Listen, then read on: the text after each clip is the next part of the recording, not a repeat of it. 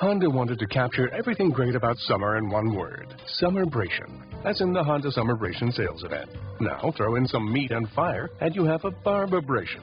Hurry in and get a 2017 HRV for 0.9% APR from KBB.com's best value brand at your Honda dealer. Visit your Metro Milwaukee Honda dealer today during the Honda Summerbration sales event. Based on 2017 Brand Image Awards from Kelley Blue Book, visit KBB.com for information. APR financing offers available for well-qualified buyers. See dealer for financing details. Blog Talk Radio. Hey, good afternoon, everybody. I can't believe that an actual week has gone by since I've last been on Sam Crow Radio. Obviously, I've been doing my other show, which is, of course, in Chat Corner. And today I'm a very, very excited and happy camper because one of the few highlights of my day, since I took a little slip and fall and kissed the ground with my elbow, and I got to say that it hurts like hell, so I'm a little uncomfortable today. But one of the highlights, I get to have an absolutely fabulous conversation, and you get to listen in on my little chit-chat with Mr. Seasoned Actor Ron Kari. For those of you that are familiar with Sons of Anarchy, of course, he has not only been on Sons of Anarchy, but he's performed in such feature films as The Lincoln Lawyer and Savages. I'm curious to find out from a television perspective and a film perspective what he's got upcoming in the near future. So we should be having him on here momentarily. I just wanted to take 35 seconds once again to remind everybody, in case you haven't been to the show before and this is your first time, we do have a show page on Facebook, which is Sam Crow Radio, and you can also follow us on Twitter, which is at, all one word, Sam Crow Radio. And certainly, as I always say, I am certainly welcome to suggestions, comments, complaints, pretty much everything that you want to tell me. So talk to me when you get a second. Cindy, last name is M-I-C-H, and you can find me on Facebook. So without further ado, let's get Ron on the line and start chatting. Hey, Ron Kari. Hi, Cindy. How are you? I'm doing okay for I almost said Thursday afternoon. I don't even know what the hell day it is. It's a Wednesday afternoon, and it's a good Wednesday afternoon. Yeah, you are. It's beautiful today. Yeah.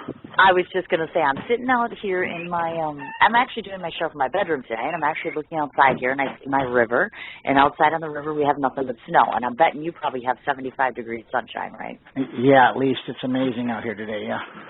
Oh, you guys suck. That's okay. That's fine. I'd rather have Wisconsin than California, but that's okay.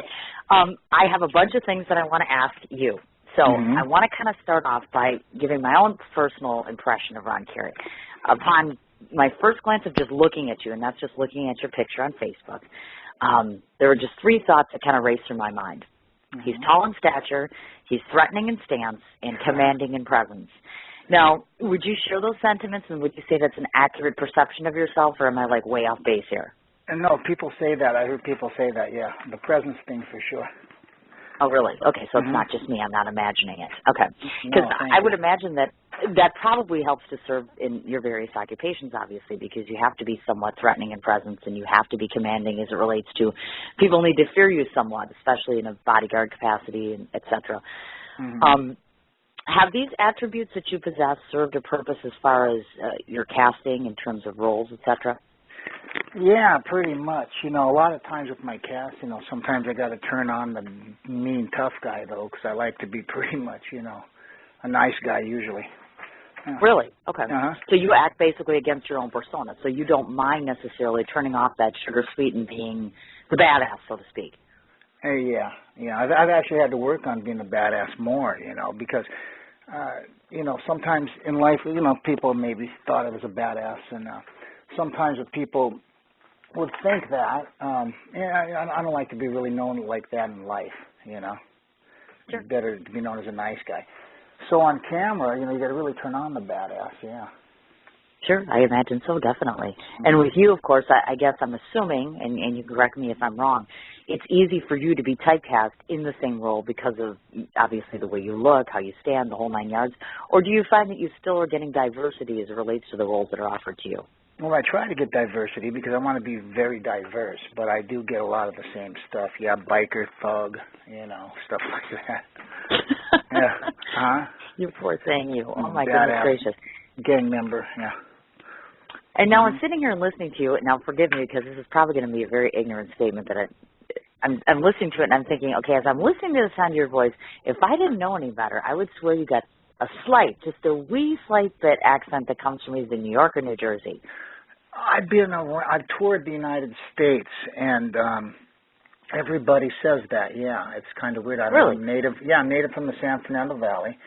I try to talk like Jack a little bit. No. Okay.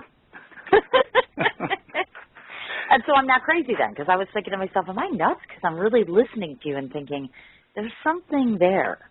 Yeah, everybody says that, and I really don't know where it came from, to tell you the truth. It's just how I am, how I talk, and everybody says that, yeah. Gotcha. Okay, well, good deal. Now, I'm interested to ask, because I know that you have a brother. Is your brother a replica of yourself, meaning in terms of looks and stature and things like that? Well, he kind of grew up, like me a little bit. He took it to the next level. He's a little smaller, Okay. He does his own thing, yeah. I gotcha. And is he younger or older? He's 2 years younger. Oh, he is. Okay, I gotcha. Mm-hmm. And no sisters. Lucky you, my goodness. No, I do have a sister. She's an RN. Oh! She's a nurse. She runs a clinic in Lancaster. Mm-hmm. Okay. And does she have any form of inclination in terms of, obviously, you and your brother are going on the path of acting? Has that ever been intriguing to her? Has she ever gone that route? I don't think so. I mean, there's different talents in my family. She's an amazing singer that never did anything with it, I mean, she's got a gift, but I'm sure she has daughters, and the gift will go to the daughters. Oh, how wonderful. Look at that. Mm-hmm. My gosh. Ron's an uncle, too. Holy crap. One would have never expected that. Sorry. Yeah. I want to ask you, was your family shocked, like, when you came to them and you said, you know what, this is what I'm going to do for a living? Was that revelation of a career choice shocking to them, or was it something they expected? No, it happened later on in life, and I guess they weren't shocked. I guess, not really. I mean, when I decide I want to do something, I do it, Okay, I gotcha. Only because, obviously I know in the past you've done things such as bike restoration, car restoration, things like that. So to me it almost seemed like you'd be more comfortable with doing something like that as compared to something like acting. Do you know what I'm saying? Not really. I got to follow my spirit, kind of, like wherever it leads, and that's where it's led, yeah. Okay. My father was a theater actor, and he, surprising to me later on, and a singer, and surprising later on in life, he is a very good theater actor.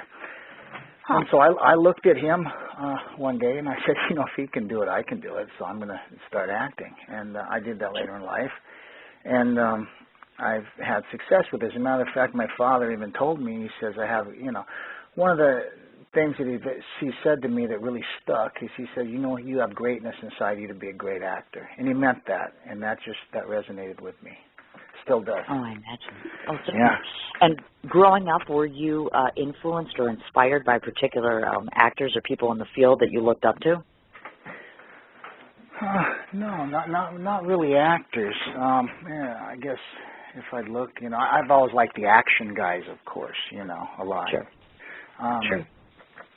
Christopher Walken, of course, would be of course. Someone I always looked at. I always said wow to. There's so and many. Still do. Yeah, and still do. So many, I mean, my favorite actors today are probably Robert Downey Jr. and Denzel Washington, And my gosh.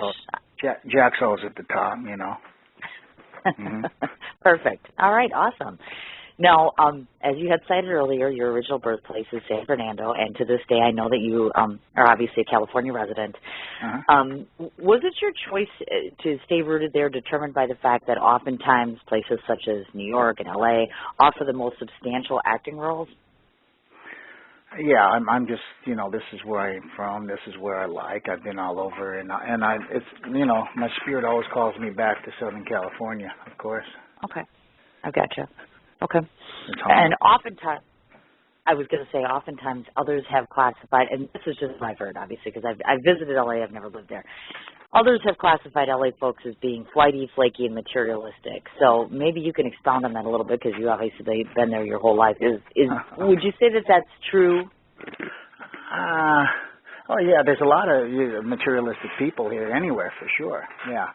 Sure. But I really don't gravitate towards those people. I like real people, whoever they are, genuine people. That's who I try to be, the authentic me, So I try to stick around authentic people.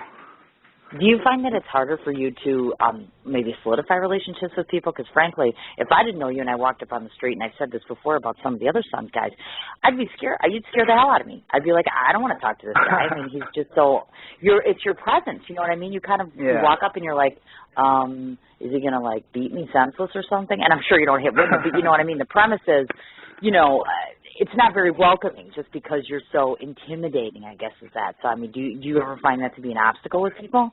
Yeah, until they know me, you know, then sometimes they call me a teddy bear, I guess. So, yeah, I've heard people say that, yeah, you know, like, oh my God, I was afraid of you, you know. I mean, sometimes that's presence, sometimes it's just look, you know. Gotcha. I'd like to think it's presence, you know. Sure, of course. I gotcha.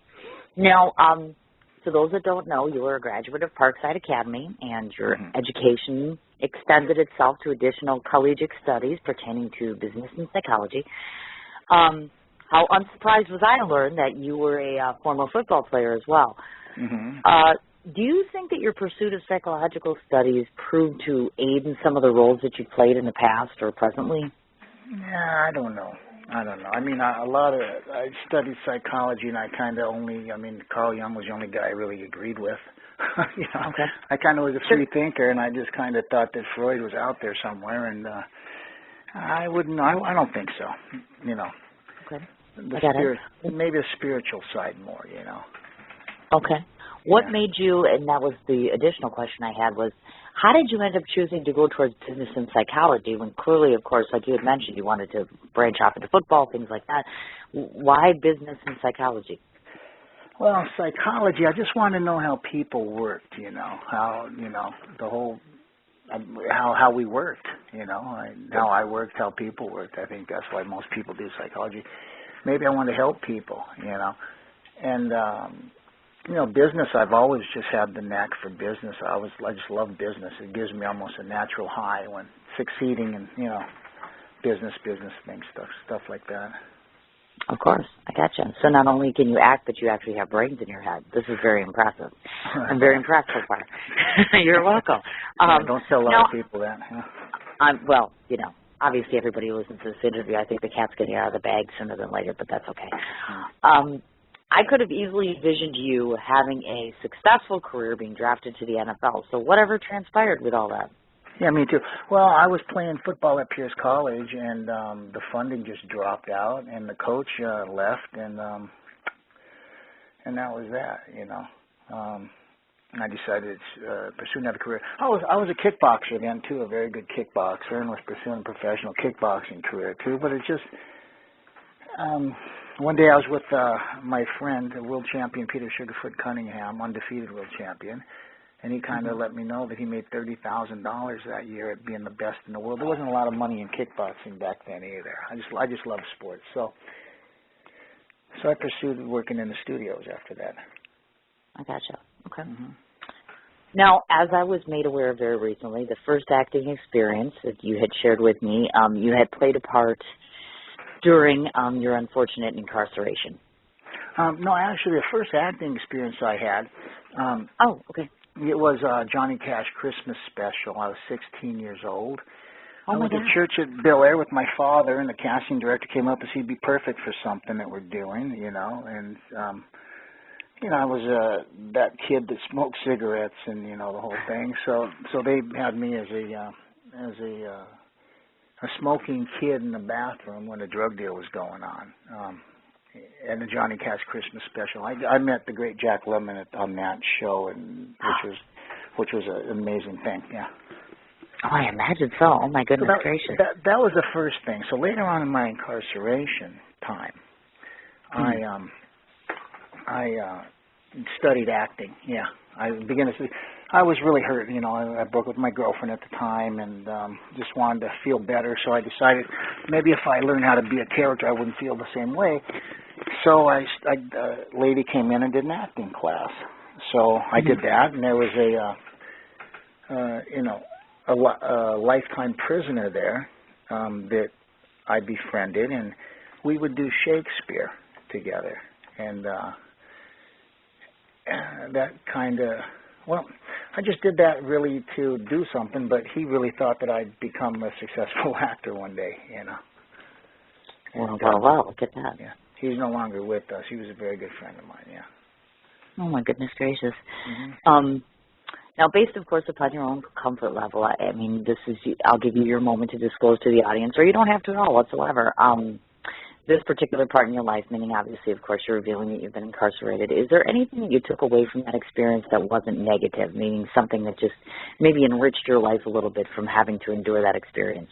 Oh, it changed my life, yeah. I mean, I was just self-will run riot, you know. Before I got incarcerated, everything I did actually worked out. Everything I did worked out in life until the day that they said 10 to life. Wow. and then I realized, yikes, did they say life? And my attorney said, no, it's not life. You'll probably get 19, 20 years, that's all. So that's all. Yeah, so I've realized, okay, well, I better, if there's a God, I better start talking to him. And I made a deal with God and said, okay, if you get me out of this one, then, I'll change. And things started changing, So, yeah, I've had spiritual experiences that were just amazing from that. And it changed me, Gotcha. Perfect. Okay. Now, I would surmise that for future preparation for, let's say, your roles in TV and film, you had elected to take a stab at local theater. Uh-huh. Now, I can proudly state to the audience that to this day, I know you had indicated that you offer your time once a year to perform in that same said venue, meaning doing live theater every year. Yeah. Relating to this, which elements of this style of acting are particularly helpful to you? Meaning, what's the difference? What do you gain from being on that live stage as compared to doing the filming you do and other things? Well, you got to be spot on. Whatever you give is what you give live performance, So you got to be off book. You got to. It's real, I mean, it's right there. Sometimes it's a little bigger than being in front of camera, but yeah, several years ago, I made a commitment to myself to do one theater production a year, and I tell everybody it's so that I can get over fears and hurdles. A great guy, I was on Sons one day, and I was doing theater, and I talked to Ron Perlman, who came from Broadway. He's just an amazing, amazing, amazing Broadway actor. And I was talking about that, because it's kind of scary doing theater, especially for me, there's fears. So in order to be a good actor, I think I want to try to overcome all my fears. So I was talking to Ron that day about his theater, his Broadway stuff, and he told me, he says, even today, he says, I'm more afraid now than ever when I get on that stage. Wow. And I said, wow, man, I'm not alone. I mean, this is a great actor telling me that. So he, just being around people like that, of course, will just being around greatness like that will increase your performances. So I try to do live theater once a year. I like to, in theater, I like to do different range of character. Like last year, I played a disciple of Christ. A year before that, I played, I did sketch comedy, which is great because I was able to be about 9, 10 different characters in different scenes, which I love. And just different characters like that, guardian angels or thugs or whatever,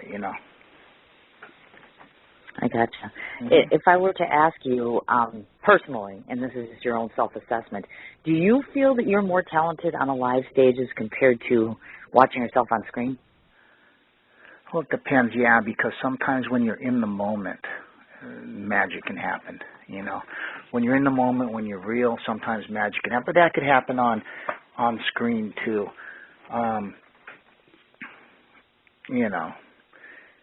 The presence helps a lot, too, in a live performance. But then again, it works on camera also. Gotcha. Of course. And I know that this has been told to some of the other actors that I've spoken to before. Do you have, I don't want to call it tricks of the trade, but everybody has their one little thing or two little things that they do in preparation for when they go on screen. Do you have that little something you do, whether it's, practicing in front of a mirror or any kind of anything that's particular to you in that regard? No, I mean, the more you just kind of know my lines, the more I know my lines, the more it frees me up to give whatever be more authentic. Sure. I was just cracking up. Christopher Walken does a thing where he just kind of goes ballistic, and he's done it in between scenes. It's just classic, you know. I've been doing that lately, and it cracks people. I mean, it's freaky. It's scary, you know. I've been doing that sometimes. I wouldn't do it, of course, right now. It's very embarrassing, or it's shocking to people. But you just kind of just let go, and it liberates you to go. And that's kind of a new thing I picked up. Okay. Well, here's an interesting question to ask, too, and I think about this a lot of times because obviously, depending on, as you know, when you're in a feature film as compared to television, as compared to being on the stage, you know, the process of learning your lines and dialogue, there's, you know, more dialogue with this show as compared to this film. Was that a skill that was difficult for you to buckle down on, meaning, you know, to most of us, we don't have to memorize lines and go in front of the camera. How challenging do you think that is, or is that something you just took a knack to naturally, do you think? No, absolutely not. I think that I take more time than anybody to actually learn my lines and get off book. I really do. And unfortunately, and I'm telling you, I'm taking supplements and this and that and just trying to get it, you know. Some days I read it and it just resonates and I can really do it. I know I got to do it more. You know, a lot of people say you read your sides 10 times before you ever put anything into it, you know. And of course, it's work ethic too. The more and the longer, the more time you have to work on something, the better you can give. You know, you got to read it, got to resonate it, and then just let it sit for a while and then let it go. You know, that's what I like to do. But I'll tell you, I need more time. I feel like I need more time than the average person to read my lines and my sides. I get so envious of people that read it once, twice, they're off book and away they go. Gosh, I do not have that gift. I want it, you know.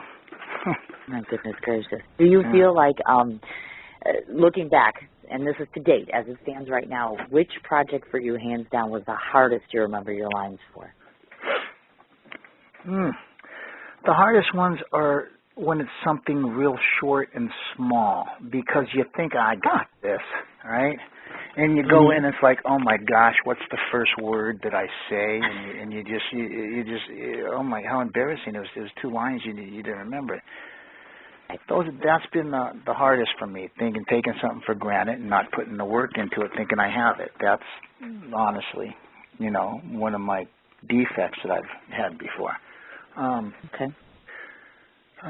You know, Shakespeare, of course, is really hard. Oh, my God, yes. I mean, I used to do Shakespeare. Now I'm doing it, and it's like I feel like I got a mouthful of rocks, you know? Really? Yeah. So. Okay. Gotcha. Okay. All right. Now, interesting, nifty little fact I learned today, as a matter of fact, that I bet nobody else knows that's listening, which is your brother at one point had actually acted on Sons of Anarchy as well, meaning during the Belfast, Ireland segments that they were doing. First off, your and his experiences on the show, did you find them to be comparatively similar? I don't know if I've assumed that you've chatted or had, you know, discussions about this. Was it the same experience, do you think? A little different. He did his own thing, you know. I mean, they brought him in to play one of the Belfast guys, and it was different, you know. I mean, we do a lot of different motorcycle stuff together as far as movies or commercials or whatever. You know, I'll always bring him in. Okay. But no, totally different. I don't think we worked together that much, if at all, when we were there. Okay. Had his role, meaning him solidifying this role, been in part because of the fact that you had been hired on the show, or was he just outright picked in some other fashion? No, we all know each other, so I introduced him and brought him, and he has a good look. I mean, he's, you know, pretty much sleeved on both arms, real nice, you know, convict-looking tattoos. You know, yeah, so he's, you know, he's got a great look. I mean, he was in the Tom Hanks movie. I just saw him the other night, Larry Crow, I think. Yeah, he's one of the guys. Oh, yes. He's one of the bikers there. He rides up next to Julia Roberts and Tom on that, you know.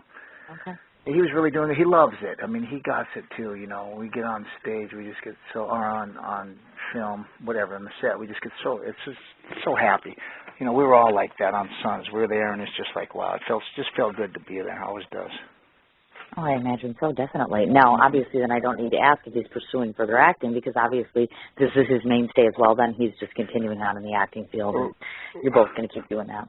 Well, right now, I don't know what he's doing. He's been a businessman. Right now, my brother I'll say this, he just went to rehab yesterday. Thank God that he made it. He was a real mess for quite a while. You know, I just pray that he lived through it to get to rehab, and he did, you know. So I just hope that this is his last time, you know. He becomes very successful, and this last time is just it was really hard for a family, you know. But he's doing really good now. Second day, so he's probably feeling pretty crummy today. I imagine so. And you know what, I totally can hear it because let me just tell you, I gave up smoking like 3 weeks ago. I went to New York. I had a little fall. I mean, not a big fall, a little one. And now every day I've been off, and I'm like, I'm eating like crazy. It's driving me nuts. It'll kill you. I mean, really, it's lethal, these addictions. I mean, it's so scary that they really can take control over your mind, body, heart, soul, the whole 9 yards. It's really scary. Mm-hmm. I've been clean and sober. Heartbreaking. I've been clean and sober for many years now, and the hardest thing I ever gave up was smoking cigarettes. It was you know what I'm saying? So mentally, so addicting, and so deadly. You know, like all the addictions. Yeah. Oh, certainly, of course. And then people look at you like, you know, you're just, you know, a royal bitch or this and that. And it's like, you know what, man, I'm just having a hard time right now. So if I'm a little crabby, you got to deal with it. And if I gain 25 pounds, so be it. You know what? My lungs are healthy. It's just, it's a killer, you know. So kudos to him, and oh goodness. Yeah. I'm happy he's there. I hope he stays a little longer this time, you know. Certainly. Oh, certainly. And I will make sure to make a point to both myself along with Sam Crow and along with all the Crow Eaters Club will certainly send good thoughts and prayers to your family on that because that's really no joke. It's very serious. I mean, you see people, you know, fall out of rehab and end up, you know, 6 feet under. It's really scary in our society nowadays. Yeah. So, yes, we'll be pulling for him, definitely. Thank you. You're quite welcome. Okay, so let's talk a little bit about that, you know, show, Sons of Anarchy. Okay. Oftentimes for me, one of the familiar questions I like to ask of my interviewees is, of course, how did a guy such as yourself land a role on FX's highest-rated series, Sons of Anarchy? So how did you get yourself in the door? Yeah, it was weird. It was kind of like a calling, believe it or not. You know, I've always worked in the studios, had a good studio job on the construction side, right? And so during right after the writer's strike, you know, I had a house that was getting foreclosed on and this and that, and just all of a sudden, it was like heaven spoke, and I felt like I was supposed to be an actor, you know. And really? Yeah. And, I mean, I was broke, and I didn't know how I was going to work, you know, because I did bodyguard work, I did studio work, I did all these things, and just work wasn't happening. And so I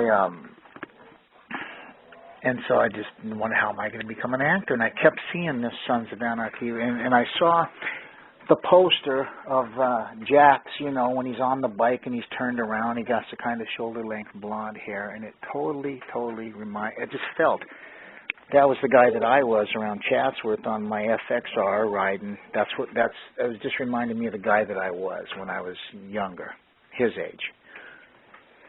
You know, before I went to prison, yeah. And I'd see him, and I just felt it, and everybody would say, "Dude, you got to be on Sons of Anarchy, dude." And it was just like I had to get there. Right. So, you know, one day someone said, "I'm going to introduce you to the guy who hires all the guys that ride the bikes for the show." Mm-hmm. And so I realized when I found out, I put two and two together, that the guy was actually a friend of mine that hired. So I called him and I said, "Hey, bro, I think I'm supposed to be on the show. Here's my number." He didn't know who I was, so he called me up, and I started at the end of season 1 at Donna's funeral scene, and I worked for the next several years on this show. Yeah. I recall, as a matter of fact, I do.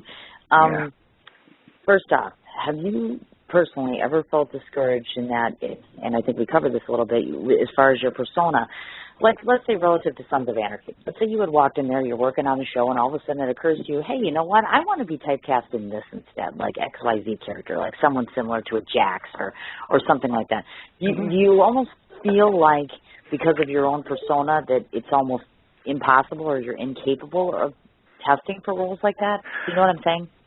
It's all in the mind of Kurt Sutter, whatever he wants to do. He's done a great job, and he knows who he's casting and what he's doing. So Yeah, I of course I wanted that, and that was my heart's desire and my prayer, my dream. But but the guys that they have on the show are just amazing actors. I mean, every single one of them are just the greatest actors. I was so blessed just to be around them. You know, guys like Kim Coates and Ron Perlman. I mean, come on, these are, you know, Boone and Tommy Flanagan, Theo, Charles, just the greatest. I mean, these guys across the board. How do you get on with the character like with these guys? You know, they're just amazing. And the new guys are all amazing. You know, Big Rusty's on the show now. You know, all great actors. Mm-hmm. And I like, and I certainly encourage, you know, usage of this last year. We saw Kurt Yeager that come on there, and not only is he just a super phenomenal, nice guy, but it's so cool to see individuals such as that where, you know, society would label him as having a quote-unquote handicap. He utilizes that to his advantage, goes into a role and says, you know what, I'm going to make this work. And Kurt Sutter takes it and makes it work, which kudos to him, too. I'm always fascinated by that new and upcoming casting with where they pull this person and this person. And let's face it, I'm a chick. So, of course, I'm going to say Jimmy Smits. Hello, just another hot actor on the show. Thank you very much. What can I say? Kurt Sutter, I wanted to speak to that for a second. And, again, this is personal opinion. Obviously, I would cite as well he's a creative genius. Absolutely. Not just that. I'm thinking right now he's an absolute marketing. He's a marketing genius. He knows what guy to pull from where to what to get. I mean, he's a marketing genius as well as a creative genius. You know. Oh, definitely. And it's all in his head. He's an amazing guy. It's all in his head. He knows what he's going to do. He knows what he wants, and he's not gonna take second best. He's going to do it. You know. And kudos to him. Yeah. Oh, certainly. So that begs me to ask the question, which is one thing that was formulating in my head today, which is, if I were to ask you, would you say that it's correct to assess him as he's somewhat fanatical to perfection relative to this show? Maybe. I mean, I think he'd be labeled a perfectionist. Yeah, absolutely. You know, he knows what he wants, and he's not going to settle. Yeah, I mean, and that's the sense of it. Yep. I would agree. And, you know, and like you're saying, as far as with the success marketing-wise, oh, my God, what the fuck Sutter, which he does all the time. He's on Twitter on a consistent basis. He's out there socially, and he makes it a point to be out there, so much so that you're surrounded by it, even when the season's not going on, even when he's doing roundtable, whatever the case may be. That's clever. And, you know, the thing is, like you're saying, he doesn't compromise on who he picks to have on the show. You know what I mean? Like I saw him tweet last night about, somebody asked about Ed O'Neill, which is, of course, Katie Seagal's TV husband from Married with Children. And so And someone asked him, you know, are you going to cast Ed O'Neill on the show? And he's like, you know what, I think he's a terrific person, and all this jazz, but no, I'm not going to put him on there. Now, I can easily see where, you know, your wife is on the show, and you would think to yourself, okay, I'm going to cast this. I like that he stays specific to his own goal in terms of how he envisions things and the way it's going to be, you know, which is very, very cool. What a great boss you had, huh? Yeah, absolutely. You know, he's definitely does what he wants to do, and that's that. I imagine so. Now, of course, because we are all regular, normal, quote-unquote citizens, and we're not seasoned actors such as yourself, maybe can you kind of give me one or two stories as far as it relates to behind the scenes that you can tell the audience that's something that we might not expect about being on a set or working with these guys? Oh, I mean, God, this is a bunch of things. I mean, just being around him, it was all... I think it was the first 3-4 seasons. It was like kind of like family, you know. It was just great to see everybody. You know, Charlie'd always happy, and Theo, Ryan. Sure. We do the pay. I don't know. Behind the scenes, there's a lot of stuff. I don't know. Going up to Big Bear was a lot of fun with Dayton and Charlie and everybody, you know, and going out in the clubs at night and almost getting into a situation. That was a lot of fun. You know, Dayton is just, you had him on the show. He's just amazing. He's just a firecracker, you know. And in public, oh boy, is he a firecracker, you know, and he just loves to play and have fun, and that almost escalated into a big thing up in Big Bear when we were up there. You know, that was a lot of fun. I bet. You know, the motorcycle clubs were all up there, and the rock and roll bands. We had a blast. you know, they go parachuting or, you know, just a different, lot of fun. Being normal people as compared to what we see, obviously, because we watch the TV and we're seeing, you know, performances and actors, and it's so cool to hear that. And I hear it a lot of times, too. It's a camaraderie. I mean, everyone has come on this show and said camaraderie, family feeling, everyone getting along, which is very cool. And the other thing I noticed, and maybe it's just a Kurt Sutter trick, I hate to break the news to you, everyone who's cast on that show is attractive. What's up with that? Is that on purpose? I mean, does he do this on purpose? Do you notice there's no ugly people on Sons of Anarchy? Why? Maybe that's why I don't have a regular part, huh? Cut it out, because we all know, ladies, right? I've seen you. We've all seen you. You're not, you know, it's not like you're carrying the ugly pork chop around your neck or anything. Well, thank you. I'm curious about that because, honestly, if you really look at the show, and it's not even just, you know, obviously Katie's very attractive. You know, Maggie Stift is amazingly attractive. Amazing, yeah. The extras they pull in. No one is ugly on this show. Well, Otto's ugly, but he makes him ugly. So it's kind of like, you know, but you know what I'm saying? It's like, I just wonder if that's done purposely because, you know. Well, of course, Kurt's, like I said, he's a marketing genius, you know. He knows what he wants. He knows the look. He knows the chemistry. He knows what he wants to put out there. So, yeah, you know, he knows if he's going to put an ugly person, it's going to be an amazing character actor. It's going to, you know, pull that much more fan base. You know, he's amazing, yeah. I gotcha.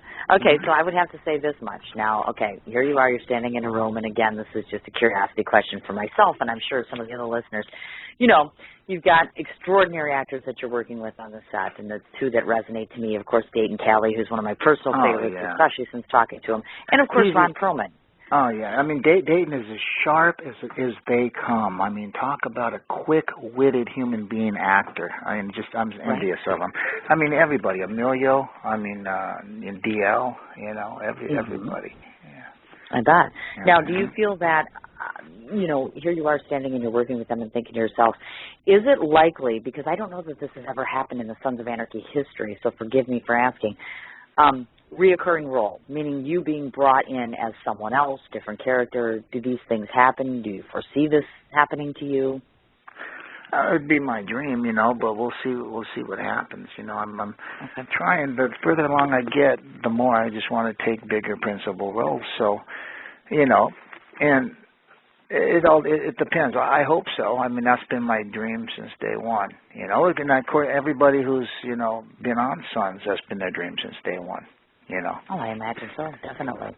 And I guess I don't need to ask you, because I've asked this question of other people before, but Charlie. You know, that seems to be the token hottie on the show. You know, it's the Charlie thing. So I guess, you know, I just have to ask, because I've asked, okay, is he this good looking? I know the last individual that, you know, graced our stage, which is Rolando, was very gracious to be able to say, oh, my God, that British accent is such a killer. So we know, obviously, what he sounds like, and we know what he looks like. Is there anything about him that you can tell me that we'd be surprised about? You know, because we all envision him so different. As good looking as Charlie is, he's just an amazing person. I mean, his good looks really come from the inside out. And that's for real. He's a real good, genuine guy, you know. Absolutely. I'm sorry, what was the question again? No, you know what? You just summed it up for me in a nutshell, actually. Yeah. And that's really, I hear that resonated a lot. There's a lot of people that concur with that general statement of Charlie Hunnam's just a stand-up kind of guy. And it's not because he's attractive or he's the main character. He's just genuinely awesome. And I just watched him in Deadfall, as a matter of fact. He was great.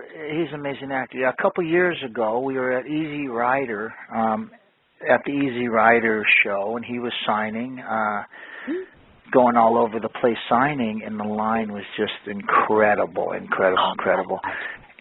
he only had X amount of time he was supposed to do this and get done. And he spent time with each individual. He wouldn't leave. He spent hours and hours and hours over not getting paid.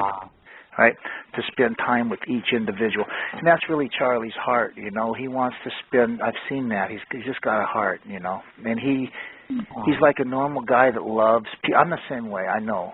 He just loves people, you know, and he just wants to be and spend time with people, you know.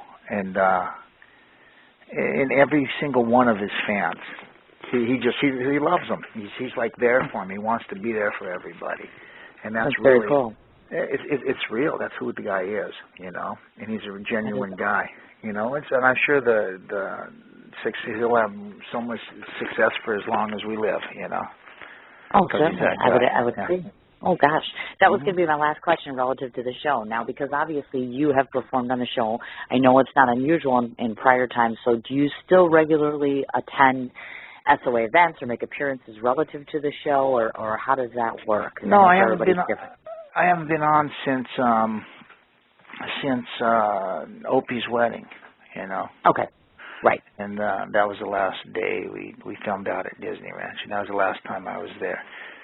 So, no, you know, every so often I'll say hi or this or that, you know. Sure. But they're doing their thing and having amazing success, and I'm trudging the happy road to Hollywood on my side, you know. Gotcha. No, I understand. Yeah, we're just about to get into that, as a matter of fact. I wanted to say this. So, documented evidence of your mastery in acting lies in some of the work that you've done, meaning such films as Lincoln Lawyer, which is in 2011, Savages in the year 2012, and I know that this year there was The Glass Circle, which currently I believe stands in pre-production, if I'm not mistaken. Mm-hmm. Okay. Now, maybe pick out for us some of the components of these films which led you to be drawn to wanting to be cast in them. Well, it's pretty simple, you know. I get cast as a biker in most of these. Right? So, I mean, that's who I am. So they get an authentic, you know, look that can act and ride a motorcycle. So it's pretty simple, really. I gotcha. You know, that's okay. You know. Yeah. You know, Lincoln Lawyer was great. I got to work with Trace Adkins. Got to hang around Trace Adkins, you know, and he's an icon. Cool. He's kind of an icon, you know, for me. So, you know, he definitely is. Yeah, that was awesome. I bet so. And, of course, one of the females out there, I have to ask this question. I have one of those females out there that asked me this question to ask you, which, of course, it's not really a Ron Kari question, but, you know, you do a Lincoln Lawyer, you got to get that question asked, which is, of course, we all know the main star of Lincoln Lawyer was Matthew McConaughey. So, of course, the girls are like, oh, my God, he's a dreamboat. What's that like? So I'm not sure if you worked extensively with him or had experiences with him. What was that like? I was around Matthew, and I couldn't believe what a genuine, wonderful guy he was. He's a really, what you see is what you get type of guy. Really? He is. He's a real down-to-earth, just amazing guy, you know. Yeah, absolutely. It's around him. His kid is just, you know, his wife and his kid, you know, and they were as a play. And Marissa Tomei, just I think one day was around her. She was really awesome too. Of course, she's amazing. Gotcha. And beautiful. And talented. The wrestler, hello. I mean, it was like, what kind of a performance there? Thank you very much. It's funny. There was a girl I used to have a crush on that looked a lot like her, and I didn't know it was Marissa Tomei at first. I kept looking at her. I thought it was the other girl, and I kept looking at her because she's really beautiful. She looked like the other girl, and it was Marissa. And I said, oh my, I was so embarrassed. You know? I imagine so, certainly. Yeah. My gosh. Now, does Ron Kari ever become a fan to those he either works alongside with or nearby or people that you've been introduced to or about? Do you ever get that, well, lack of a better term, starstruck syndrome? Where it's, not starstruck so much unless for maybe like maybe Angelina Jolie, right? I'd maybe be starstruck for her. But, no, not so much starstruck, but I think I'm a fan of almost everybody I've worked with, you know. I mean, there's so much greatness of the people that I've worked with, you know. I bet. Yeah. How can you not be a fan, you know?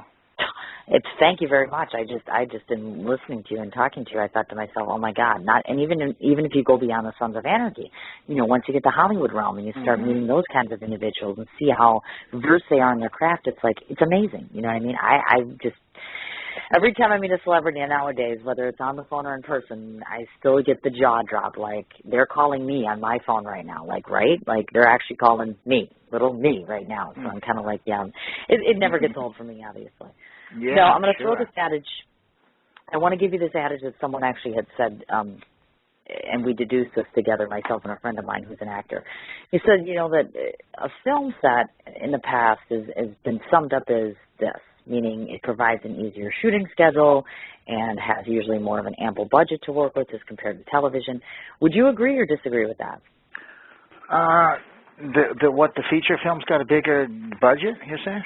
Right, not only the bigger budget, but the shooting schedule is easier in terms of working around it or working with it as compared to, like, some have come on with Sons of Anarchy and said, we come on, we're told to come on this time, and 10 hours later we're finally working, and do you know what I'm saying?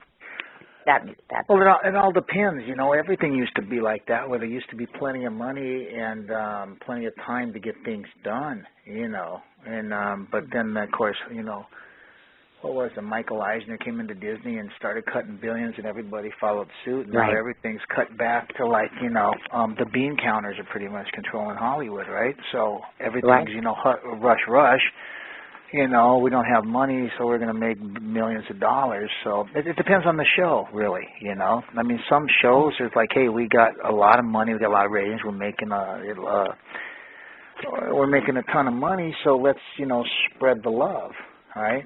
And others are like, get in, get it done, get it out, get it out there. And all the shows are successful, I think it's a better chemistry, of course, when it's more of a giving show, I think they're more blessed somehow.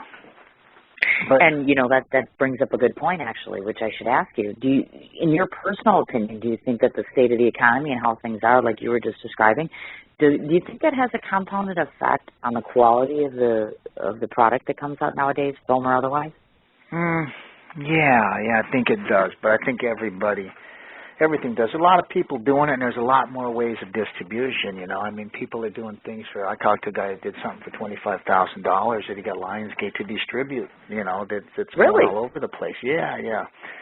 So, yeah, there's a lot of stuff. I mean, you can get cameras and film things and put it out there and put it on the internet, and there's a lot of ways of doing things now that, it could be done cheaper, but then again, cheaper is cheaper, right? Right. I agree with you 100%. You pay for what you get.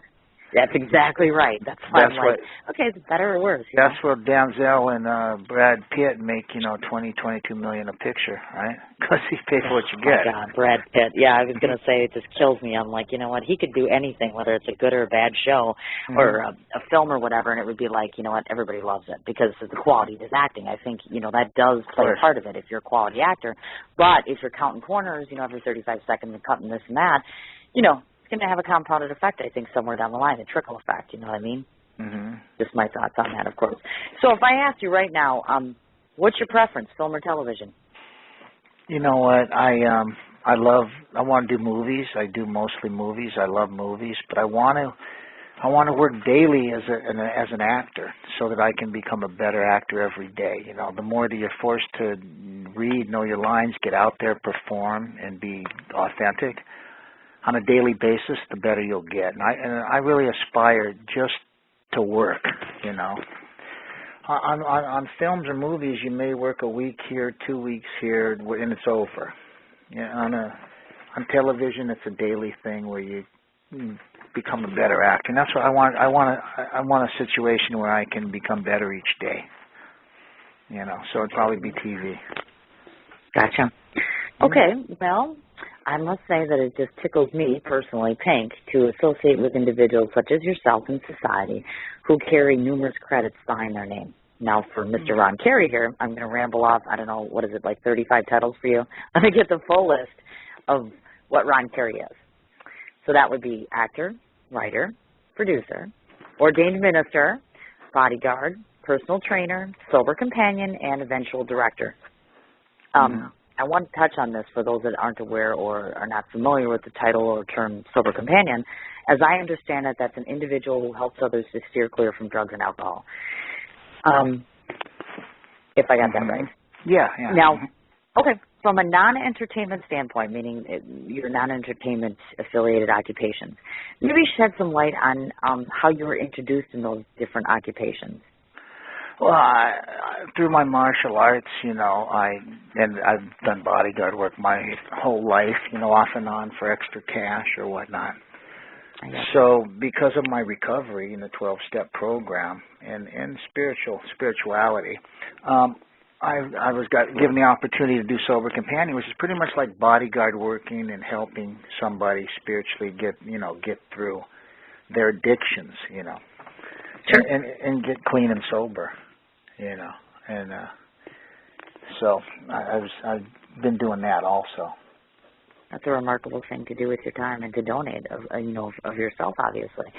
Being of service to people, pretty much is all it is. Being of service to God and others. That's a life occupation, really, not just anything little. That's a huge impact on society and on other individuals, of course. Mm-hmm. I have to ask, when I think about that, meaning in terms of some of these occupations here, is there an amazingly high level of danger that you're exposed to, meaning in some of these capacities? Yeah, there has been, and I've been in a lot of situations, with really high-level danger situations, and I've always loved that. That was always my thing, to thread the line, to dance on the razor's edge. That's always been my thing since I was young, and I got you. That's what ended me up with that looking at the end of life, I just love love riding the edge. That was me. And like I said, everything worked out. But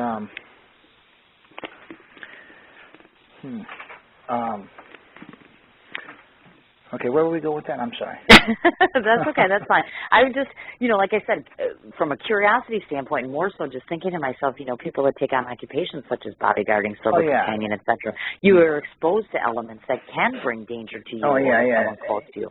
Yeah, absolutely. I bodyguarded situations in real high level situations, and I love the adrenaline, love that, and I really feel that I really can't be taken out until heaven says it's your time. So, why not live it to the fullest? And there's kind of a rush as far as that goes. But about a few years ago, I sat and I realized, and it was just kind of like a revelation, There's a revelation that came to me about, nothing's worse. There used to be a time where I'd sit and I'd die for my flag and I'd die for my country and I'd, die for this and that, and there came a time when I had to say, maybe these things aren't really worth sacrificing yourself for. Maybe there's a higher thing. You better just preserve yourself and take yourself to the next level, Sure. Things changed, So I really don't take on the real high detail bodyguard jobs anymore. As far as bodyguard work, I really don't do it much anymore because I don't want to be known as a celebrity bodyguard. I want to be known as an actor, a producer. That's what I aspire to do, So if you do bodyguard work, they look at you as a bodyguard, Right. So. Do you think there was ever a willingness on your part to, at some point in time, abandon some of these things? Like, this is just too much headache, too much work, too much, like we're saying, danger. I mean, was there some point where you're like, this just isn't for me? No. I mean, if I take a commitment, I take a commitment. I go through with it, at the time. Whatever it is, I'll commit. I'll do it. I'll go through with it. Okay. So it's not like I'm a quitter, I mean, if I think there's danger and I'm going to go ahead. I mean, I used to think that I could dodge 6 bullets, maybe 7, right? And I go through with it. That kind of thinking's changed. I was just going to say, God, I hope so. Good God, that's scary. And and moreover, I'm a chick, so of course I'm sitting here and I'm thinking, all right, let's just do let's do a devil's advocate here, and let's say that, there's a girlfriend involved with Ron Kari or a wife involved, I mean, how does that impact on your personal relationships? Does it impact on you? Or does? Sure. When I got in trouble, she years ago, the girl I was with, and we were really close, she knew, and she said, hey, if you leave, you're not coming back. I know it, and I knew it too, And I did a real high-end, high-level thing, and I got in big trouble, and there was a lot of real heavy things involved.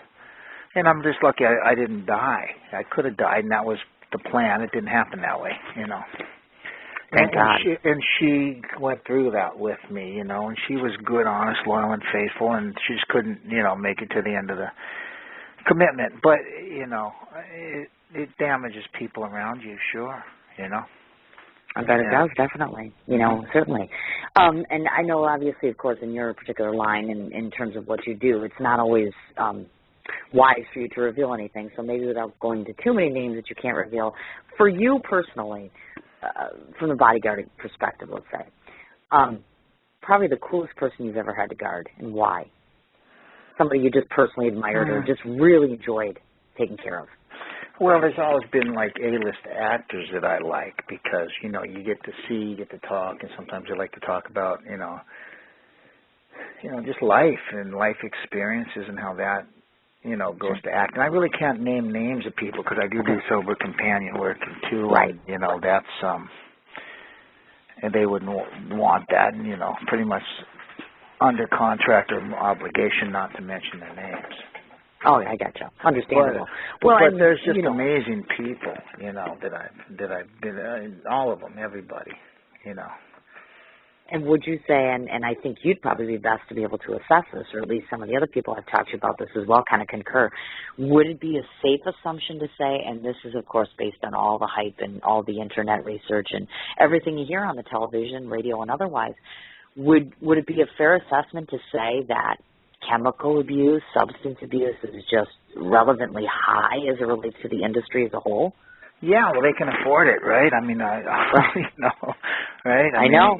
If they're successful, you know, and I've been sober for a number of years. I did drugs. I'm gonna tell you, and the cocaine would I'd have a brain like Einstein, you know, me looking, reading, memorizing my lines, and just it would be second nature. I just boom, I had it. You were firing on all cylinders, you know, which was, you know, it gives you a false sense of everything's okay. I mean, you're a supreme athlete and you're a supreme, you know, brain in that moment. So why not get addicted and try to stay at that level? That's what happens. That's why so many people are addicted, you know.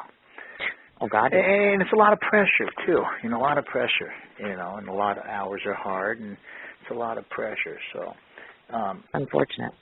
You know, I mean, drinking just kind of takes the pain away, you know, the pills. Oh, yeah. And that's why people get hooked, because it works, you know. God, so sad. My goodness gracious. And do you feel that you providing the service, not only, of course, getting clean, like you said, but now being a sober companion, personally for you, has it been more enriching because you had your own experience of being clean? And do you feel like you're really being a good contribution to society in your work through being a sober companion? If I can, all I can do is abandon myself and let God work through me with my experiences to try to benefit somebody else. It's also, on the other hand, there's been a lot of buried people, you know, buried young people, buried people that I couldn't make a difference. And I thought I could, and I didn't. And there's always that regret. If I could have, just would have, maybe I should have done something. Maybe I could have done something. Maybe, you know, there's always that. And there's that side of it, too, you know. I bet. You know, there's going to be a lot more addicts and alcoholics that are buried than there are getting clean and sober, you know. Certainly. I would agree with you, definitely. Now, before I go on to the next thing, I just want to throw out to the listeners and people right now, because we're in the course of the last half an hour or roughly thereof of the show. At any given point in time now, if you wish to speak to me or me and Ron Kari both, you can certainly call in on the guest call-in line. I want to remind again the number, same one as Ron called in on, which is 1-661-449-9910. So if you wish to speak to Ron or myself, or one or both of us, feel free to call in or text me a question or put it on the chat box that we have open, and I will certainly ask Ron myself.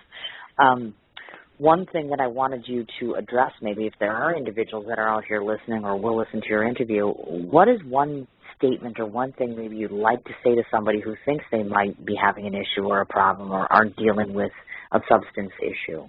Or what can they do, or where can they go or try to get some help?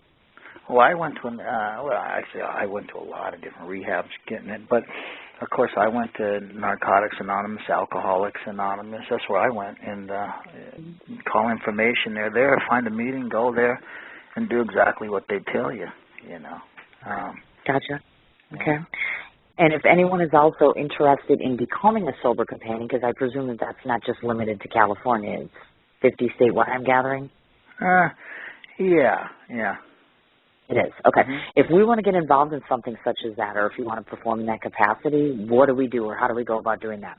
Well, a lot of people try to do that because they think it's an easy job, and you really got to be called into it. It's a stressful thing. It's pretty much who you know. There's specific people that's what they do, and they're in the recovery industry, arena, and that's what they do. So, okay. Mhm. So I wouldn't suggest just trying to go out there and being a sober companion. It'd be like going out there and trying to be a priest. You're either called into it or not, Gotcha. Oh, I understand. That's fine, because obviously all of us who are, and it's hard to imagine most of us at some point have not been affected or touched by somebody who's had a substance problem or an addiction of some sort. So we always feel inclined, I think, to want to help to some degree. In the 12-step programs, they got sponsors, and that seems to work for most everybody. A lot of times, the actors or certain people that do a sober companions are people that can afford it. There's a lot of studios that have major talents that have. Oh, hello. Hello. Yeah, you got me. Okay. Oh, I just heard a beep. We don't want to lose you there. Oh no, we're good. We're good. Okay. Sorry about that. I thought I lost you on the line. There's actually someone calling in. Sorry. That's okay. We get nervous about that, but we're all right. We're still here. So like I said, we want to make a compounded effect, obviously, on the people that are hurting and suffering, because it's hard to watch that. Yeah, well, for sober companions, pretty much people that can afford it. It's for pretty much people that can afford it. It's usually a high dollar thing. Okay. And studios will pay for that to keep their actors kind of clean and or whatever. Gotcha. Sure. And in line and safe, and on time and everything else, Okay, got it. Well, let's switch our gears a little bit, because now in this portion I want to talk about Ron Kari, the guy. So first of all, because I make it a point to do this all of the time in every show I ever do, whether it's this show or my other sister's show, I have to ask this question because women are listening and they're single. So they look at this guy who I'm talking to, I have the benefit of talking to, so I get to ask this question. Is the guy single? Is he accessible? What kind of woman is a Ron Kari woman? Okay. Am I single? Yes, I've become recently single. I was in a relationship off and on for the last couple of years that recently ended in a yucky way, and I'm single, yeah. And what kind of woman? Oh, I'm looking for someone I can connect to on a spiritual level, someone that kind of got the same like me. The last person I was with didn't kind of understand what the commitment you have to yourself and to your acting career. Sure. So I'd of course want someone that maybe was in the same industry, so we kind of know what each other needs. A friend of mine the other day said he sees me with a woman much like Elizabeth Berkley. And I don't know. Really? Yeah, and I don't know who she is. I didn't know, so I had to look her up. And I said, okay, so maybe a woman like Elizabeth Berkley. I don't know. Okay. And, did you look her up? Yeah, I did. So okay. It's her and Jennifer Lawrence that I really think I got a crush on. No, I'm kidding. Jennifer Lawrence. Oh, my God. Yeah. See, now, I would never have pegged that one because I'm like, oh, my God. She scares me. I loved her movie. I absolutely loved her, but I'm like, she's kind of creeper. I guess what I was expecting was different. I like her style, yeah. Really? I really do. I don't know. I'm just kind of brand single now for the last couple months and just trying to get focused ahead on my career and my producing and, Sure. Gotcha. But definitely very single right now.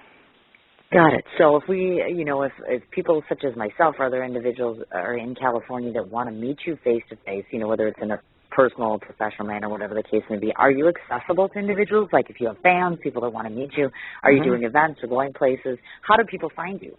No, I'm not really doing events. I'm just a normal guy. You can find me on my Facebook. It's better to get on my fan page, Ron Kari, Kari, actor, director, right? Or inbox me, of course, or my regular page, yeah, Ron Kari page. Gotcha. My fan page is better, of course, though. Oh, of course. Well, everything is good. It doesn't matter whether it's your fan page or your page. It's just you, and it's all you. And you're pretty fascinating and incredible, my friend. Thus far, what I can say. Well, I appreciate that. That makes me feel good. Thank you. No, it's very true, actually, and I don't. If you knew me better, you would know I don't blow smoke up anyone's ass. I'm sitting up in here to do a job, and if I thought you were a schmuck, I'd be like, hey, dude, what's up with this? Hey, dude, you're a schmuck. Yeah. Pretty much, yeah. Like, I don't care if you're like 6'9" and you can step on me. It's like, you know what? You give kudos to the people that deserve it, that have earned it, and you're very humbled by your experiences, and you take your talents and you utilize them for good, and not just because of a professional standpoint, but from personal, being able to personally have an effect on other people's lives. I've always found that to be very impressive. So, you know, that's why you're getting the props you're getting. You know, definitely.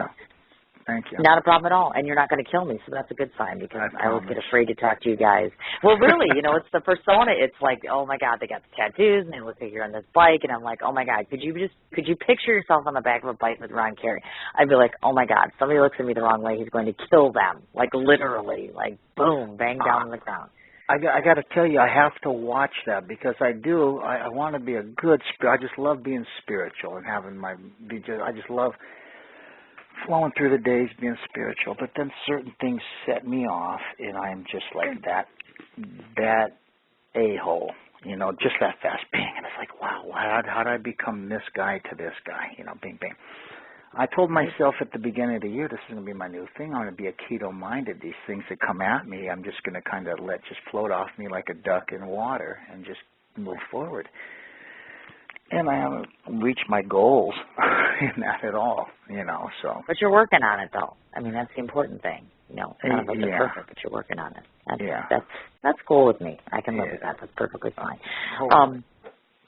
Let's talk a little bit about some of the things I know you. Like I said, on a personal basis, I can say this because, of course, I've done a little research on you, that I've noticed that you are an admirer of both Hank Williams Jr. and Leonard Skinner. Mm-hmm. Yeah. Hence, I must ask the question, because I'm sure because you float around on the Sam Crow-Eaters Club, which is, of course, the female-based club, Lori Sidus, who's one of our fellow sisters, happens to be a band member of Lynette Skinner. Have you heard of them before? Yeah, I've heard of her, yeah. Mm-hmm. Yes, she's absolutely amazing. So I'm like, I gotta make sure that Ron Kari becomes a follower and a fan of Lynette Skinner, because she's been on my other sister show. She's an amazing gal, so sweet, so talented, and their music is just phenomenal. I'm so hoping that they take off, definitely. I'm all about what Leonard Skinner's all about. They're real pro-American, pro-Constitution. You know, they're pro-God for America, and I'm all about what Leonard Skinner's about, for sure. Oh, definitely. You know? Most of us are, I think, certainly. Yeah. Now, to cite some of the hobbies, some of the things that you enjoy, like you mentioned, the kickboxing and karate, restoration of classic cars and custom Harleys. So obviously I envision that you probably are on a bike, well, in California, I'm guessing, almost all year, right? Are you able to do so?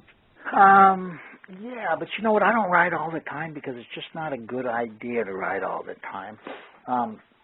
I got one bike that I'm in the middle of building for the last couple of years, another one that's at the shop that I'm in the middle of getting built, and another one that I use on set. So if anything happens to my bike on set, I usually can't work, you know. So if it's a motorcycle thing, so I like to.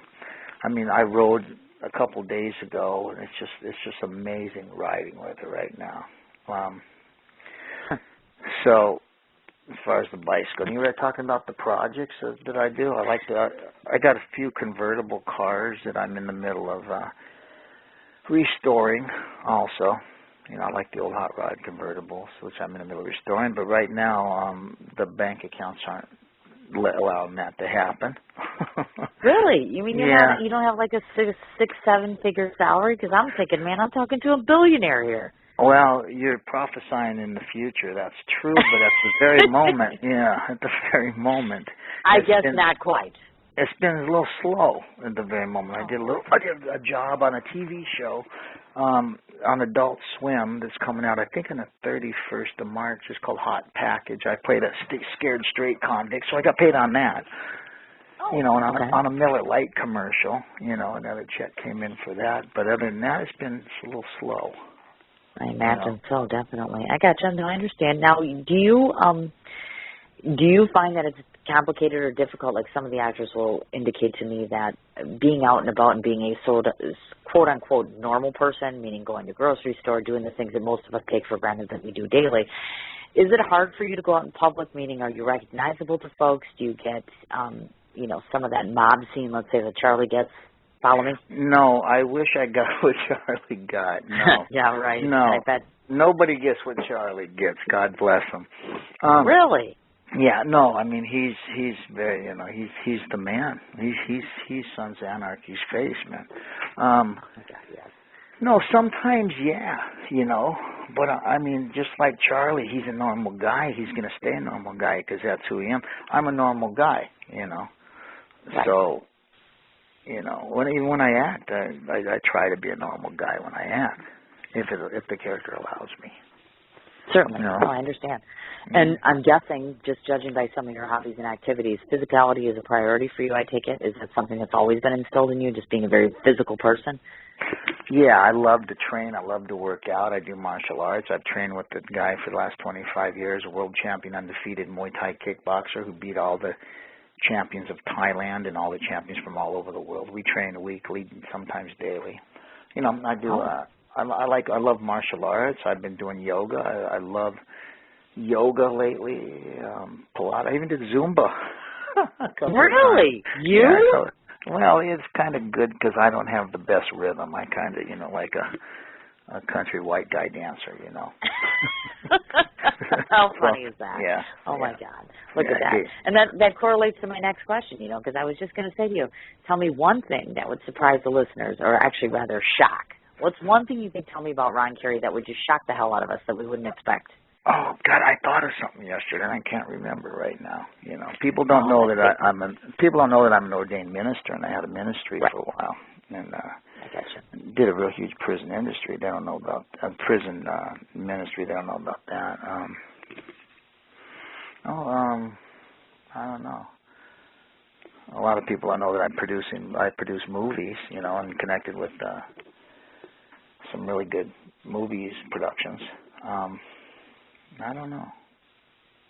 Like something, for instance, like I know. Could you picture Ron Kari as a gardener or something like a big, tall, huge guy wouldn't do?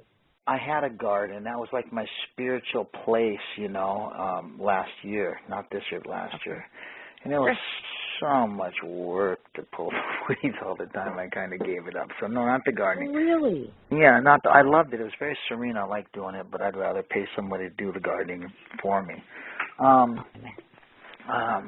The thing that people don't know about me is I'm an avid animal lover. I'm just a huge animal lover. I got a heart for dogs. I love all animals, but dogs I do. And my goal is to have a dog rescue, hopefully Malibu where I want to live in Malibu. Okay. And I've always been a dog person, and when I was young, I even did my summer jobs. I went from 13 years old. I would work at the animal regulations, the pound, Okay. And I go, well, yeah. Originally, I wanted to be a veterinarian. I knew all the dogs and everything about dogs, but it's just I got a heart for dogs. So people don't know that. That's something. And animals, dogs, cats, and just animals. I'm an animal. Gotcha. And in the past, have you lent your name or lent your time and efforts to charity in general, or do you foresee doing that? No, I haven't done that, but I've been thinking about doing that recently. That I want to do that. There was a couple events in Malibu, and a friend of mine does things for that, and I want to dedicate, for certain times or days or whatever, for the dog rescue and things like that. I do want to. I don't know how much I could do for that right now, but I do want to do something there. Yeah, I was thinking about that recently. Gotcha. Okay. I Contact got it. a friend of mine and telling them that if there's anything that comes up, I'd like to go. Oh, that's cool. Very, very cool. And I know that I've asked this question in the past to others, so I'm curious what your answer might be. Is there such a thing? Because I know it's hard to ascertain this, but a typical day in the life of Ron Kari, for instance, because obviously we know you're all of these different various things. I mean, do we get up in the morning? Are you going to castings 3-4 times a week? I mean, what's your regimen? What's your schedule like? What do we anticipate you do with your time? Well, I like to get up and do my daily devotionals, read from different books and, read the daily proverb. And from there, I like to try to get to the gym. I learned this from Ron Perlman also. He told me, he says, Ron, I just realized that I feel better throughout the whole day when I work out first thing in the morning. Ron told me that. And I says, wow, it's so true. And if I can do that, that's my day goes really good, I do a lot of, if I'm not working, I'm doing acting classes, I do a lot of acting classes. I do acting showcases. I'm doing a lot of my martial art training that I love to do. I attend my church. I got a very busy schedule, really, I bet you do. And that's why it's hard to picture. For us average citizens, per se, it's kind of like we've got kids and schedules and jobs and, all this stuff. And I'm just like, okay, well, what's the average actor doing? Because everybody's obviously always different. They're always looking for new roles and different projects and things like that. That's one thing I wanted to say right away. Can you tell the listening audience what we can expect from you in the near future? Are there a couple different projects you're working on? What can we look for? Yeah, one project I have is it's the next Easy Rider movie is what they're calling it. It's The Road to Sturgis. I'm acting in that. I'm playing a character of Nomad, just like on Sons of Anarchy, Quinn was playing Nomad on that, Rusty Coons. So I'm playing Nomad, and that is a really good character that really handles and takes care of business. That screenplay won Best Action Adventure at Sundance last year, written by actor-director Alistair McKenna. And we're just waiting for the completion of funding on that, and we are supposed to shoot that this summer, called Road to Sturgis. All right? Okay. And another one, it's an action-adventure written by Rob Mercetti, It's called The Glass Circle, and it's about a drug addict in Las Vegas and what he goes through and how he gets out of it and the whole thing. And once again, I'm playing a biker. What a surprise. Yeah, ding, ding, yeah. Ding. Called Snake, right? And Snake is just a real badass meth cook, and he's kind of in control of a biker club and a major meth cook. And he's a real badass dude. And that's a great part written for me in that one. But actually both of these. So I'm really excited about doing that this summer. Okay. I think there's something else, but, I got an audition this afternoon. Hopefully I get that one too. That's a television We'll be crossing our fingers on that one. Oh, my goodness. Look at that. Now, I want to know this because, of course, I'm an author myself, so I'm always intrigued to ask other individuals this because I know you've written before. Is that something that you'll continue to keep doing, or do you do screenplays? What do you do in terms of your own personal writing? Okay, I got screenplays that I'm working on, something that's almost complete. The one I'm almost complete is actually a Chinese kung fu movie that's just full of action, and it's actually, I woke up with a spiritual vision and I couldn't get it out of my head, and I had to sit there and write the screenplay to get it really? to get it out. Yeah, it was pretty heavy how I wrote that. And then I do a lot of spiritual writings, which lately I've been ready to write down a lot of experiences that I've had, spiritual experiences, and that's just, I don't know what that is. Maybe I'll put that in book form one day. It's really good. But I write, I get a lot of creative ideas, and sometimes they're just so there that I have to get them out, I do. I like to write, when I do my writing, I like to write action. I like action, and I like, I write a lot about the characters, a lot of different anything characters. about like big badass bikers, etc. I could envision something completely like that. Well, what I like to do is I like to write Christ-like characters, someone that you think is big and badass, but actually sacrifices for the team, So I kind of write the characters are always like that, you know. I imagine so, definitely. Yeah. That's one thing I wanted to touch on here. In fact, I'm almost ready or almost finished with you, so you're doing quite well, Mr. Ron Kari. I think we're managing just fine. Thank you. I can say with 100% clarity, can I attest that you personified to me a man just touched by a divine higher power. I guess it's just my sense of things and how I feel it. Oh, you're quite welcome. I'm always interested to know this because I have other individual friends, personal friends of mine who have that same calling and that same touch. Mm-hmm. How has making spirituality a necessity in your life, how has that proved to produce a better man in you? Well, I have to do it, man, because, you know, I'm usually a mess the other way, and it's just like my medicine. I get my medicine from heaven, from God, you know.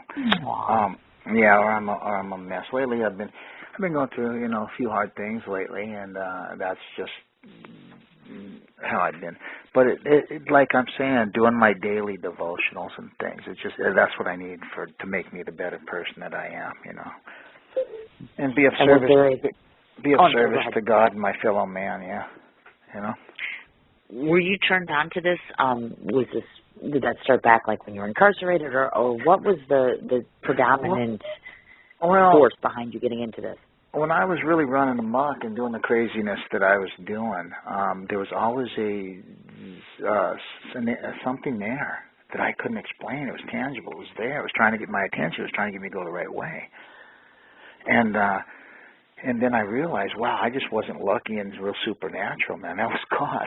After I was looking at all the time in federal prison, and so what happened is, you know, I pursued that, and then when I was in federal prison, I met a Catholic Jesuit priest, an old man in a wheelchair, and he came in and he told me things that nobody could have known, and he said God told him that, and it was for me, and it started changing me, you know. I started reading things, and I said, okay, if this is really God and He'll do it, you know, then do it, and you got my attention, and it happened.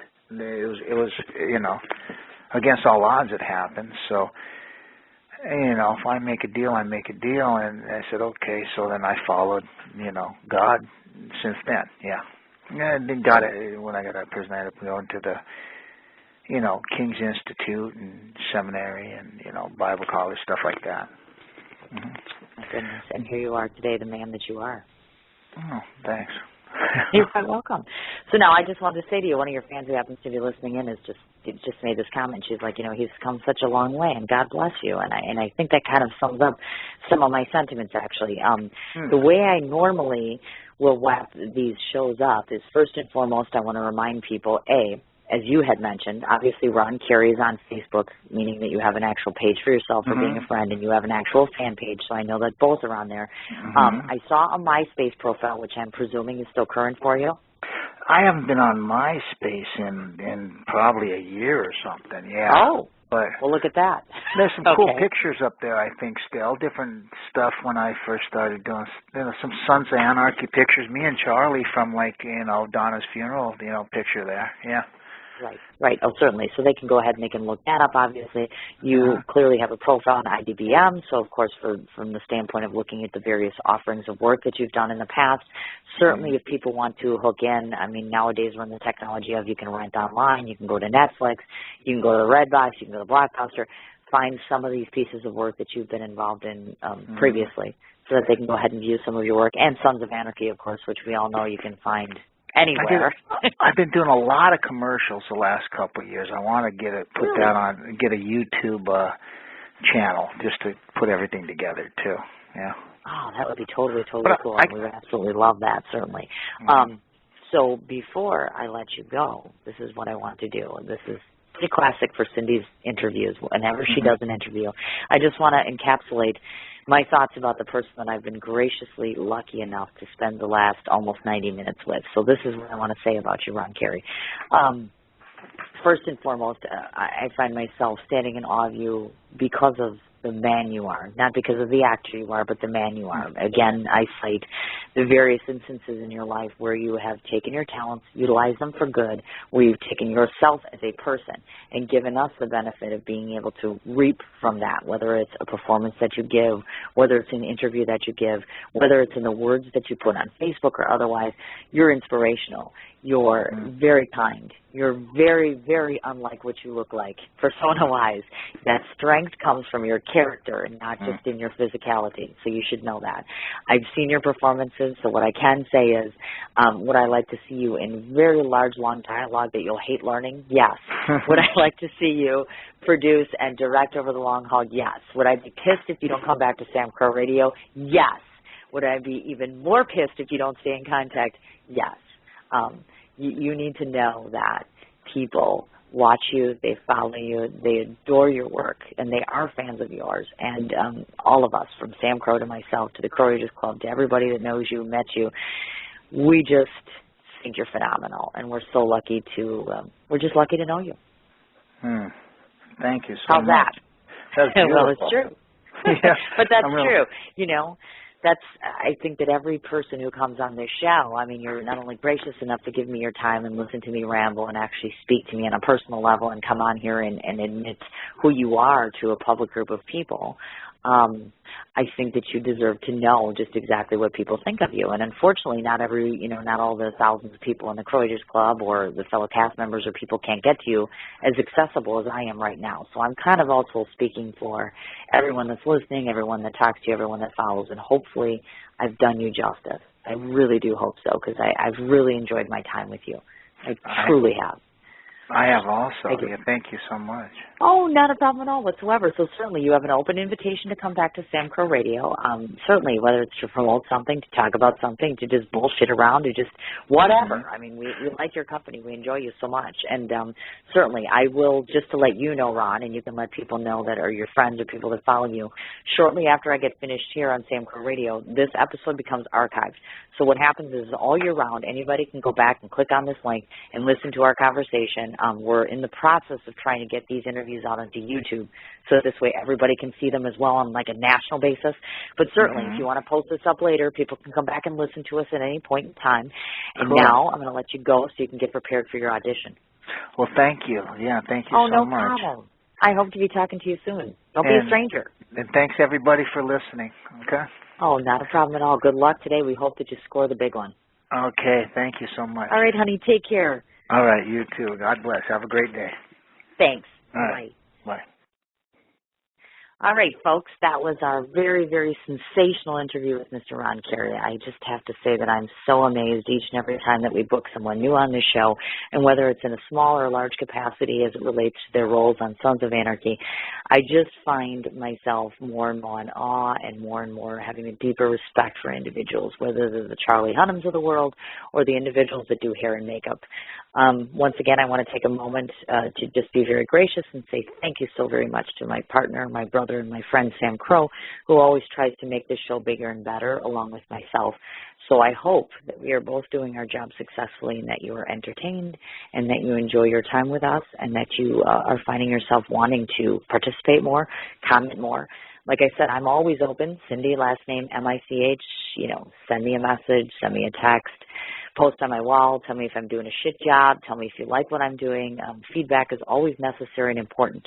And the last thing I want to touch on before I let y'all go is, once again, a huge, huge hug and a big appreciation and thank you to each and every one of the Sons of Anarchy Crow Readers Club members, to anyone that's passed along the word as it's relative to Sam Crow Radio. And the reason I say that is we are soon upcoming to be on 11,000 listens over the course of almost 8 shows, and that's not counting Ron Kari, of course, today. So I am truly indebted to each and every one of you that takes the time to pass the word along, that takes an hour out of your schedule for, in the course of the week to listen to us, to participate, to encourage, and to just be part of our lives. So thank you so very much from the bottom of my heart, and of course Sam thanks you as well. Please be sure to make it a point to mark your calendars for next week, and forgive me because I don't have my calendar right in front of me, but I want to say the 22nd of March, and we'll be posting that later today, will be our next interview on Sam Crow Radio. I'm pretty sure I haven't summed up a time yet, but please tune in, 22nd. You all have yourself an absolutely wonderful St. Patrick's Day and enjoy your weekend, and we'll be talking soon. With free next-day delivery from Staples, you can run your business like a pro. You can guarantee the marketing department that they'll get their supplies tomorrow and guarantee the accounting department that they'll be delivered free. With free next-day delivery, you'll have the ability to move deadlines up and adjust budgets down. Go to staples.com and get the office essentials you need delivered next day for free. Staples. It's pro time. Orders over $49.99 placed by 5 p.m. Excludes weekends and holidays. Eligible items only. At Honda, we always look for ways to innovate. That's why we combined summer and celebration to create the Honda Summerbration sales event. You can combine 0.9% APR with the stylish Accord, a car and driver's 10 best. So hurry into your local Honda dealer for the Honda Summerbration sales event. It's amaze-tacular. Visit your Metro Milwaukee Honda dealer today during the Honda Summerbration sales event. Car and driver January 2017. APR financing offers available for well-qualified buyers. See dealer for financing details.